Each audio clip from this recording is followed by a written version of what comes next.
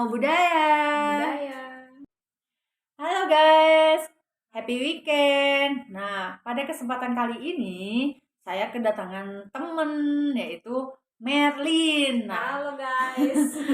Kali ini kita tuh mau ngobrol-ngobrol santai. Jadi saya sih mau nanya-nanya sama Merlin. Oke deh, kita langsung aja ya ke narasumber kita atau kita langsung ngobrol aja, ngobrolnya santai aja lah. Halo Merlin, Halo Ci. apa kabar nih? Baik dong. Kita sudah lama ya nggak jumpa. Long time no see ya. Iya, terus gini ya, kan selama pandemi gini, kamu sering kewihara nggak? Wah, jarang ya. Secara ditutup ya. Oh iya, bener ya. Kalau kita kewihara juga itu harus apa sih, antigen. Biasanya tuh di wihara kelenteng gede ya ada antigen. Pernah nggak kelenteng gede? Pernah dulu. Iya bener. Nah, sebenarnya ada satu pertanyaan nih yang mungkin sebagian orang atau sebagian besar orang sih sangat penasaran ya. Ini sih secara pendapat pribadi aja ya, karena masing-masing tuh punya alasan tersendiri. Kayak kita memilih agama ini, agama A, agama B, agama C itu eh, selain sesuai dengan kecocokan hati kita, itu juga kadang-kadang emang sudah turun temurun dari bapak kita, ibu kita, mama kita ya. Nah, kalau menurut Merlin sendiri nih, kenapa sih Merlin memilih agama Buddha? Sebenarnya nih ya cerita di awal nih. Boleh. Kalau aku tuh bukan aku yang memilih di awal, tetapi karena emang keluarga juga kan emang agamanya Buddha. Papi mami itu agamanya emang udah Buddha. Jadi dari kecil itu emang udah diajakin pelihara, terus dari itu dimasukin ke taman putra. Dari situ kan jadinya kita belajar tentang agama Buddha itu kayak gimana. Terus di rumah juga disuruh sembahyang tentang agama Buddha. Jadi dari awal itu kita basicnya aja udah agama Buddha gitu. Walaupun ya walaupun di sekolah tuh aku tuh bukan sekolah Buddha gitu, bukan sekolah yang agama Buddha gitu. Tapi gara-gara tahu tentang agama Buddha, lama kelamaan kan jadinya kepikiran, oh ya agama Buddha tuh kayaknya cocok deh, bagus deh gitu. Walaupun sebenarnya kadang suka mikir sih, agama lain itu juga bagus kan. Cuman pasrah di hatinya itu kayaknya agama Buddha deh. Dari situ sampai sekarang pun aku jadinya yang oke, agama Buddha sih menurut aku yang kayaknya. Oke. Jadi kalau menurut kamu sendiri, apa sih keistimewaan agama Buddha bagi diri kamu sendiri? Kalau menurut aku agama Buddha itu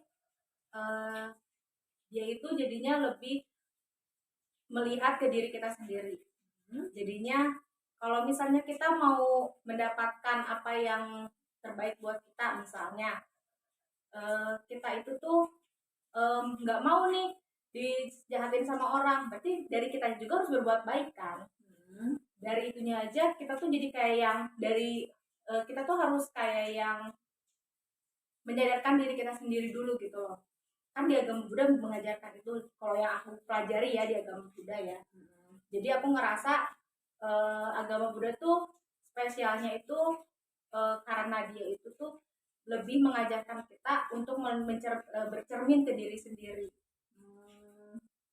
Jadi lebih ke introspeksi dulu Ya, betul. sebelum kita menilai orang lain ya. Tapi sebenarnya di agama lain juga ada sih hal seperti itu gitu.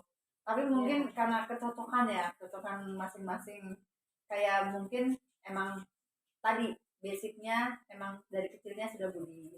Tapi pernah nggak sih kepikiran pengen nih belajar agama lain gitu? Sebenarnya kalau untuk pengen atau enggaknya enggak gimana sih, soalnya kan dari kecil aku juga udah belajar agama lain kan. Pas sekolah aja aku belajar agama lain, aku nggak belajar agama Buddha.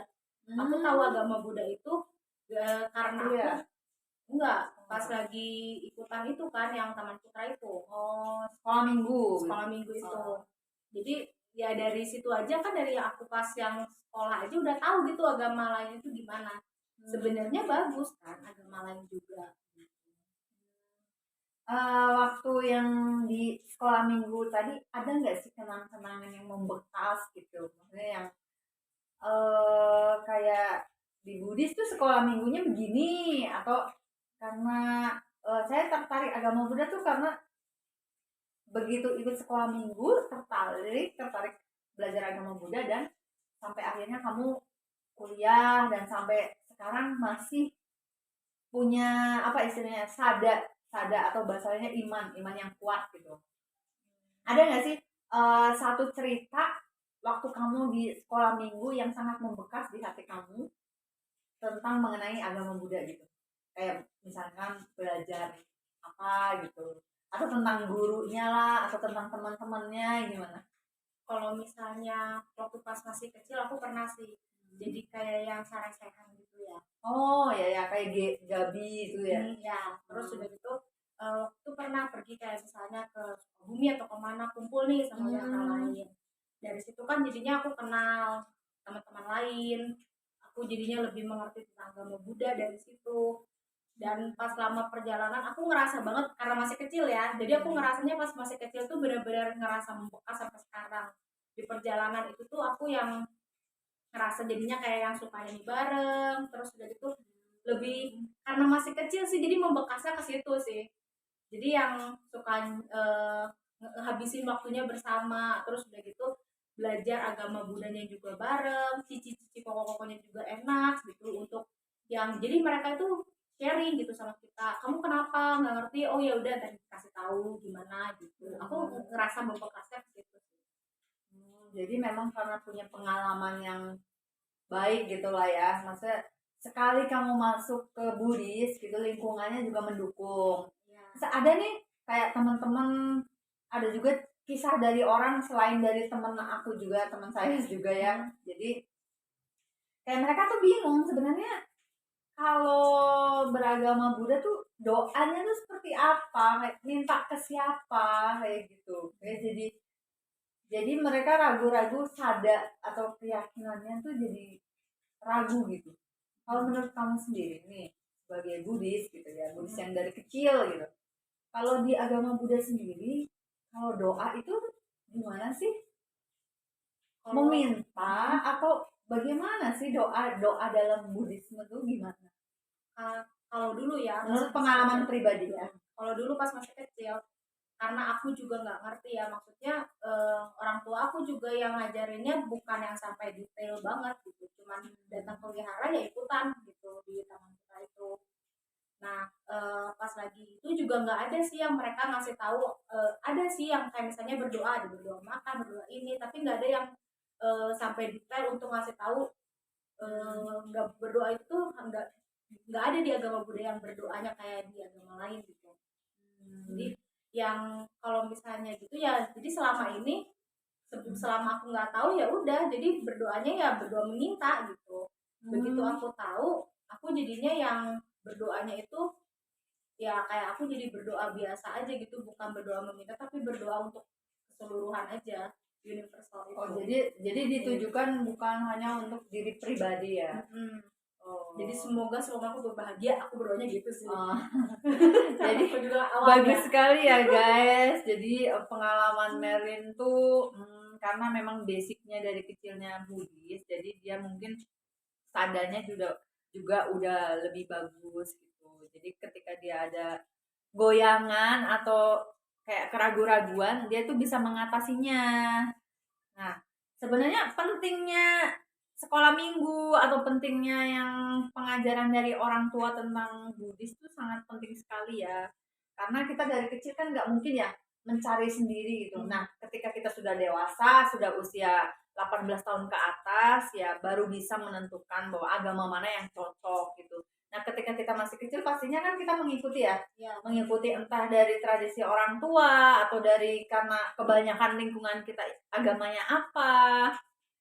Nah, jadi ya lingkungan juga kadang menentukan ya. Iya.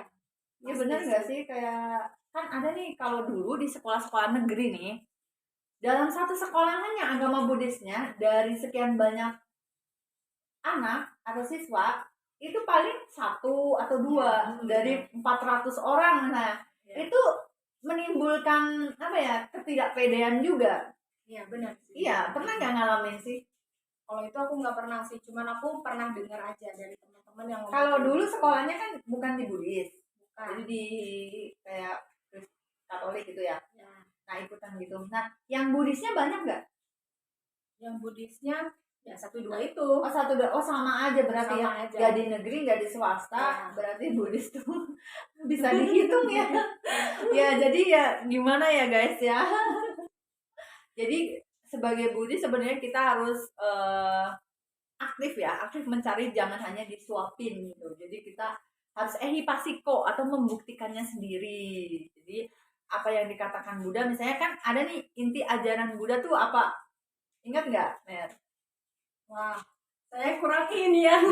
Yang itu loh, yang sucikan hati dan pikiran. Jadi ya banyaklah berbuat baik, kurangi kejahatan, sucikan hati dan pikiran. Ya, Sebenarnya intinya itu ya, tapi kalau kita mau mengelupasi atau mempelajari Buddhism itu bisa dalam banget ya. Iya nggak sih? Nggak cukup Kalau ya. iya, kalau kayak kita sebagai umat awam tuh kayaknya tiap hari kita belajar aja masih kurang ya. Kayak misalnya kita baca Tripitaka-nya aja bisa 3 lemari gitu. Saya aja belum pernah melihatnya sih. Tapi yang didengar dari para romo dan para biku itu kalau Tripitaka tuh banyak banget. Jadi kita bisa mempelajari satu buku aja dengan secara benar gitu, itu sudah wah, sudah berkah lah ya. Itu sudah menambah sada kita ya, selain kita praktek gitu. Nah ngomong-ngomong, kalau misalnya nih Merlin tiba-tiba dapat pacar yang non Buddhis, gimana nih? Tunggu, jangan dijawab dulu. Oke guys, nanti kita tanya Merlin lagi ya, gimana sih kalau kita dapat pacar yang berbeda keyakinan dengan kita? Apakah kita sebagai cewek itu harus ikut cowok, ataukah cowok yang ikut cewek, dan ataukah kita bisa beda tapi bersatu? Oke, nah tadi kita sudah bincang-bincang tentang kenapa sih kita memilih agama Buddha. Ini sih secara pengalaman kita pribadi aja ya. Jadi kalau untuk lebih detailnya mungkin kita bisa menanyakan lebih lanjut ke Romo atau ke lebih banyak lagi narasumber yang kayak misalnya yang sudah mengalami apa sih, hidayah gitu, bukan hidayah, apa sih namanya ya, kayak pencerahan gitu, kayak yang benar-benar mungkin kayak oke deh guys, semoga obrolan kita membantu atau bisa menginspirasi kalian semua. Oke, terima kasih. Namo Buddhaya.